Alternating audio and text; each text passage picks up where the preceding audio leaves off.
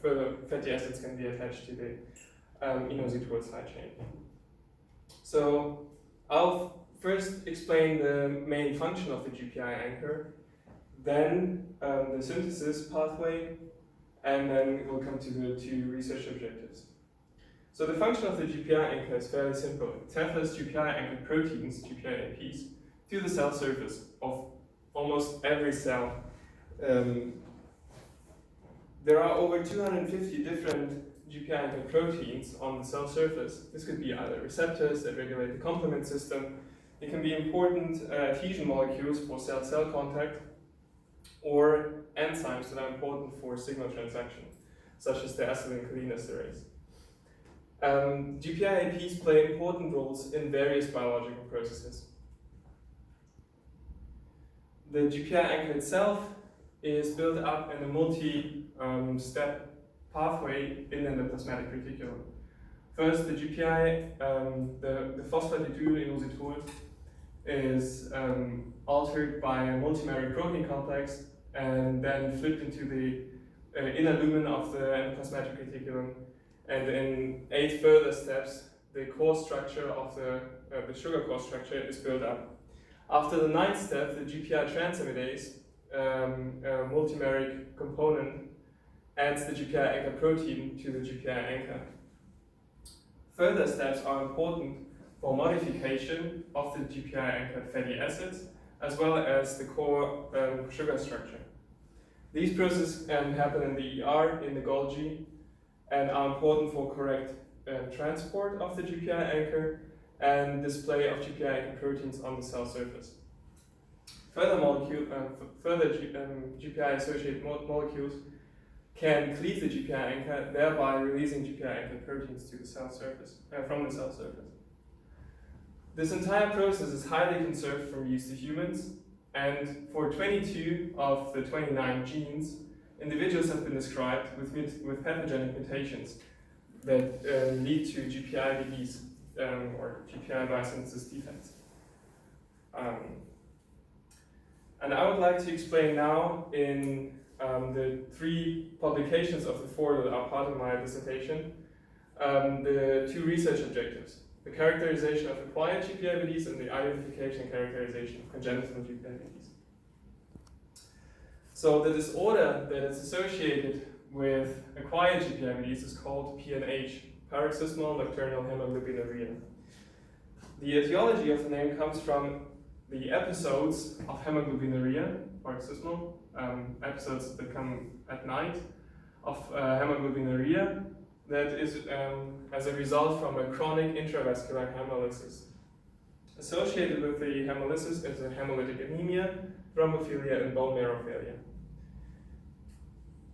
I would like to explain the pathophysiology of PNH, and then the recently accepted paper by collaboration with Höchstmann et al. About PNH. So PNH is an acquired Gpi anchor deficiency, which means that a hematopoietic stem cell acquires mutations in genes of the Gpi anchor pathway. That leads basically to deficiency of the Gpi anchor. Then this hematopoietic stem cell undergoes clonal manifestation and expansion in the patient, and the cells differentiated, the progenitor cells differentiated from the hematopoietic stem cells, are all Gpi anchor deficient. Deficiency of the Gpi anchor leads to absence or reduced expression of Gpi anchored proteins. And the 2 most important regulators of the complement system, CD55 and CD59, are in those patients aberrantly displayed on the cell surface of all the cells that are progenitors of this hematopoietic stem cell. CD55 is a C3 convertase inhibitor, and CD59 inhibits the formation of the membrane attack complex in the terminal complement pathway. Cells that are lacking expression of both of these markers are prone to complement-mediated lysis. Therefore, patients exhibit hemolysis and thrombosis. The PNH can be diagnosed using multicolor flow cytometry of Gpi anchored proteins. So antibodies that are fluorescent labeled can be used to detect the absence of marker expression. So in healthy control, you see a high abundance of GPI APs, such as CD59, and in patients where clonal manifestation of the GPI deficient cell is present, you see a reduced expression or a signal from reduced expression of this GPI AP. So now I'd like to tell you about the recent publication that got accepted in Journal of Clinical Investigation 4 days ago. It's about PIK-T-PNH. So usually patients with PNH show mutations in the gene PIK-A that is X chromosomally inherited. And in PIK-T-PNH the situation is slightly different. So there were novel patients identified that not only showed hemoglobinuria, the reddish urine you can see here, but also aseptic meningitis, joint pain, and urticaria, signs of inflammasome activation or autoinflammatory symptoms. Patients were treated with eculizumab and all the symptoms vanished. So we performed NGS-based panel sequencing and identified heterozygous germline mutations in PIK-T in those patients. Here you can see in buccal swab DNA, this variant is present heterozygous state, while in whole blood, in the mutated allele is predominantly present. We have identified two further small deletions in two other patients. Why is this allele predominantly present in homozygous or hemizygous state? Well, this is due to an acquired deletion in the hematopoietic stem cell that also encompasses the PIK-T allele. I will explain this in a bit more detail. So in GPI positive cells, the patient is carrying a congenital heterozygous mutation in PIK-T. But the GPI deficient hematopoietic stem cell acquired an 8 to 80 megabase per large deletion of the healthy paternal allele. Interestingly, patients with myeloid disorders such as MPN or MDS, myeloproliferative disorders, have deletions of this commonly deleted region that contains two tumor suppressor genes, L3-MBTL1 and SGK2. It has been shown in other publications that reduced levels of these two suppressor genes indicate loss of activity of the paternally inherited locus and provide a selective advantage. And the analysis that I have performed to identify aberrant methylation of this gene, leading to downregulated expression, basically explain why the hematopoietic stem cell had a possibility to expand and clonally manifest in the patient. We were also able to identify the free GPI anchor using an antibody directed against the free GPI anchor. So in normal individuals, you don't have any signal for the free GPI because all the GPI anchor proteins are explained on the surface and there is no free GPI anchor available. So CD59 as a GPI anchor protein on one side and the T5 antibody on the other side. In PIK-A-PNH patients, there is no signal for the free GPI anchor because they simply lack the GPI anchor, as PIK-A is a gene that acts very early in the biosynthesis pathway. But they show a reduced expression of GPI anchor protein CD59 here displayed in yellow.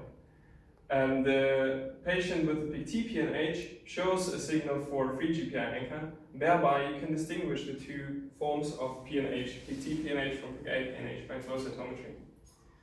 We've also performed functional characterization of the inflammasome activation, where you can see that in PIK-T knockout cells, acidified serum leads to an increase of interleukin-1 beta expression, while anti-C5 downregulates the IL-1 beta expression, basically showing that the free GPI anchor activates not only the complement system, but it also activates the autoinflammation in the patient. We could also show this for C3b fragments and for the membrane attack complex. So all the components of the complement system in these patients are highly overactivated compared to PIK-A knockouts that you find in normal or in PNA patients without PIK-T mutations. So I would like to conclude in this paper stating that PTPNH is actually a new disease entity because it shows autoinflammatory features, patients show autoinflammatory features. There's a free Gpi anchor that causes the autoinflammation, and there's a different mechanism for the proliferation of the hematopoietic stem cell clone. So now, the lessons that I've learned from analyzing acquired Gpi IBDs can also be transformed to analyzing congenital disorders of the Gpi biosynthesis pathway. And the congenital disorders is a group of rare recessive disorders of glycosylation and has a prevalence of around 1 in 200 individuals. The individuals affected with Gpi IBDs show a broad clinical heterogeneity, with the most common features are seizures, intellectual disability, facial dysmorphism, and muscular hypotonia. Some patients, although show other signs, such as brain malformations, shortened fingers, or increased alkaline phosphatase activity. And due to this high heterogeneity, the diagnosis of these patients is very, very difficult. The first Gpi IBD patient that has been described had mutations in PIGM. Later, Kravitz described patients with mutations in PIGV, having the HPMRS syndrome, that stands for hyperphosphatasia with mental retardation. Later, more genes were described with mutations that all lead to HPMRS. I would like to focus to my second publication. In the later time, even 22 of these 29 genes have been described, all associated to different syndromes, from mental retardation syndrome 53 to multiple congenital anomaly and hypertonia seizure syndrome that is caused by PIG-A, PIG-T, and PIG-M. I will come to this group a little bit later. But first I would like to focus on mutations in PGAP3 that we have identified. The paper that we wrote in 2016 was called Rare Non-Coding Mutation Extend the Mutational Spectrum in the PGAP3 subtype of hyperphosphatasia with mental retardation syndrome 4. So the research aim was to clinically and molecularly diagnose the patients that were suspected having a Gpi IBD. Therefore, we performed sequencing of all the Gpi genes by NGS. I did the variant analysis, so filtered down to the rare coding mutations that were predicted to be pathogenic, and in some cases we only end up with one heterozygous mutation that could not explain the entire genetic background of the patient. So we were wondering, where is the second hit? Therefore, I performed NGS panel sequencing of cDNA and qPCR and showed that there is a mutation in the 3' UTR that leads to an aberrant transcription of the PGAP3 allele. So on gDNA of this patient, you can see that the coverage of the variant in the exon 7 is heterozygously covered. While on cDNA, the coverage is skewed towards the pathogenic allele. While on the 3' UTR mutation, the coverage is skewed towards the healthy allele. So we have performed qPCR and identified that expression of the paternal pathogenic mutation comes from the paternal allele mostly, and the healthy allele from the maternal side is almost not expressed in this patient. This basically shows that mutations, non-coding mutations, are disease-causing. We have confirmed we have confirmed this pathogenicity of the mutation by flow cytometry of this patient compared to other patients with missense mutations in this gene. And we show that there is a reduced expression of Gpi anchored proteins compared to controls. So the conclusion is that of this paper, we've broadened the phenotypic spectrum of the HPMRS subtype. We've increased the diagnostic yield not only by gene panel sequencing of DNA, but also of cDNA, and thereby we identified non-coding mutations. And I only showed one non-coding mutation out of this paper for time reasons. So now I would like to go back to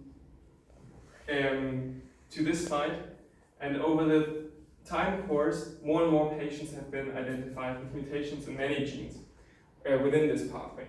And we were wondering whether there's a common trait or a common feature that we can identify in order to easily diagnose these patients. So we focus on the most prevalent Gpi anchor biosynthesis defects. And these are the genes that are important for the HPMS or the MCAS subtype. The aim of the study was basically to figure out a genotype-phenotype correlation. And we have collected novel and published cases. So these were in total over 100 patients that we had in our cohort, with patients for the HPMS subtype and patients for the MCAS disease entity. And the first idea was that we will perform flow cytometry on fibroblasts of the patient cohort in order to find a characteristic flow cytometry pattern that would explain the underlying gene that is mutated. But unfortunately, we were not able to identify a significant characteristic pattern of flow cytometry of marker expression on fibroblasts. And this was not only possible for the MCAS groups and the HPMS groups, but also not for the single genes. That means there is a high personal variability of Gpi anchor expression in every patient that is probably due to single mutations in the Gpi genes. However, the clinician said, well, we can recognize the patients based on their phenotypic appearance. And over the time, there were novel tools available for deep phenotypic analysis. So apart from the clinical phenotyping, we performed facial analysis using the Thesis gene platform.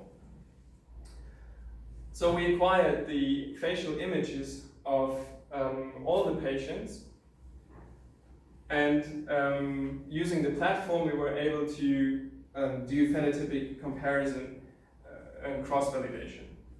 So here you see random pictures of all the cases, or of some cases chosen, and the composite masks that the Thesis gene tool basically creates.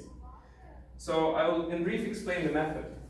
In a perfect heterogeneity, the tool would not be able to identify or to predict the disease-causing gene from the picture. So you train the tool with the pictures, and then you try to figure, then it tries to figure out whether there's a commonly shared trait between a particular picture and the gene.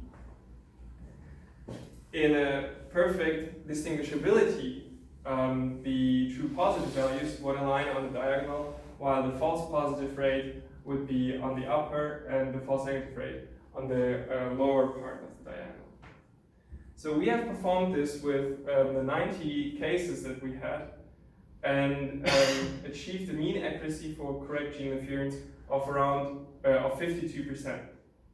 Interestingly, the false positive rate between individuals of the MCAS group was fairly high, as well as the false positive rate of the HPMS group, showing that there is phenotypic characteristic between one disease entity, but also showing that you can infer the correct gene solely from facial analysis. Well, basically, this highlights that you can apply facial analysis for in a diagnostic setting. And we concluded in our paper that a gene-centered classification is better over a phenotypic-centered, because there is a high phenotypic overlap between the cases. And flow cytometry is nevertheless very important for functional characterization of the pathogenic mutations that have been identified.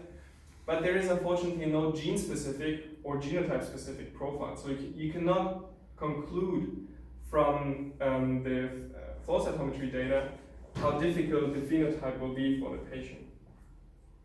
And next-generation phenotyping basically allows the clinicians and also the researchers to confirm their molecular diagnosis.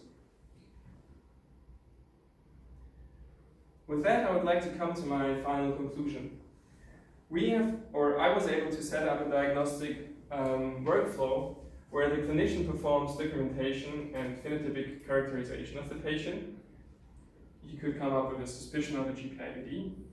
Therefore, he orders a second deep phenotyping test using either Face2Gene as a platform or other tools that we have now recently developed for facial analysis. And the deep phenotyping can then guide the clinician to order the correct testing, which could be then next generation sequencing and variant analysis. So here the clinician can now choose whether he wants to perform whole exome sequencing if he does not suspect a particular disorder, or based on the second opinion from the platform, he can order gene panel sequencing or direct gene sequencing if he suspects if there is a high phenotypic similarity between a patient and a known disorder. And further, the ideal situation for GPI-ABDs is that you can functionally characterize the pathogenic mutations by flow cytometry. So you have always a readout using a biochemical test. Over my time working at the Charité at the Institute of Human Genetics, we have performed diagnosis of over 120 cases. I was able to solve 80 of these cases, and 38 have been published in research papers. The importance of molecular diagnosis is that patients finally end their diagnostic odyssey.